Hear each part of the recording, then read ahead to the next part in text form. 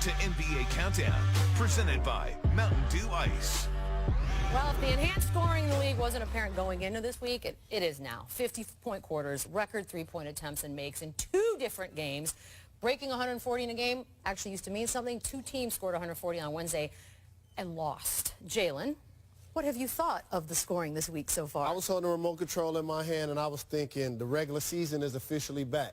Fans and so many people dismissed it before and only talked about the journey. Who's going to win it all? Who could beat Golden State? Yeah. And all of a sudden, I'm like, Harden balling, AD balling, Paul George, Russell Westbrook can average a triple-double again, Denver balling, the Greek Freak is balling, the Celtics, the Philadelphia Sixers have a big 3. Like, so the NBA is thriving is what I got out of these big numbers. Balling is good. I just want to make sure everyone's on the same page. Coach, what do you think about it? No, I think it's great. The only thing I worry about a little bit is there have been a lot of blowouts this year. Fair. Because teams get it going. There's already been, I think, 34 games decided by 30 or more. There were only 40 all of last year. So as long as it stays competitive, like those games we saw the other night, it's fantastic. But when you have like the Philly-Minnesota game, that's not as much fun to watch. That was not as much fun to watch. This is excited I've been about NBA in a long time since I played. I mean, I feel like I can come back if you can't touch me. I mean, if you can't touch me, shoot. I mean, it's just the evolution of the game. It's more scoring, more three-point shooting. You know, big men are getting way more versatile.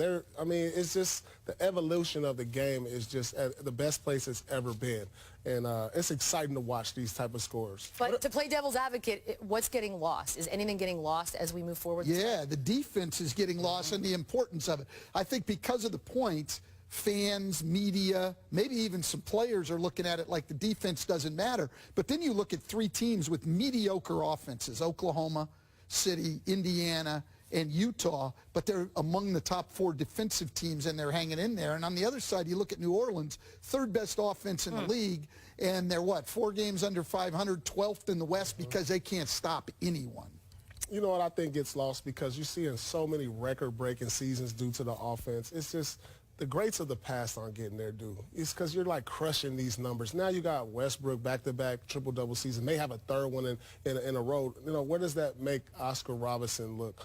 You know, it's just so many great numbers are getting put up that it's taking away the due of the greats of the past. Yeah, the pace and the tempo and not valuing possessions to where you swing the ball side to side a lot of times. Like the first guy get it, shoot it on most teams, and that's new. But what about 2 teams that took chances?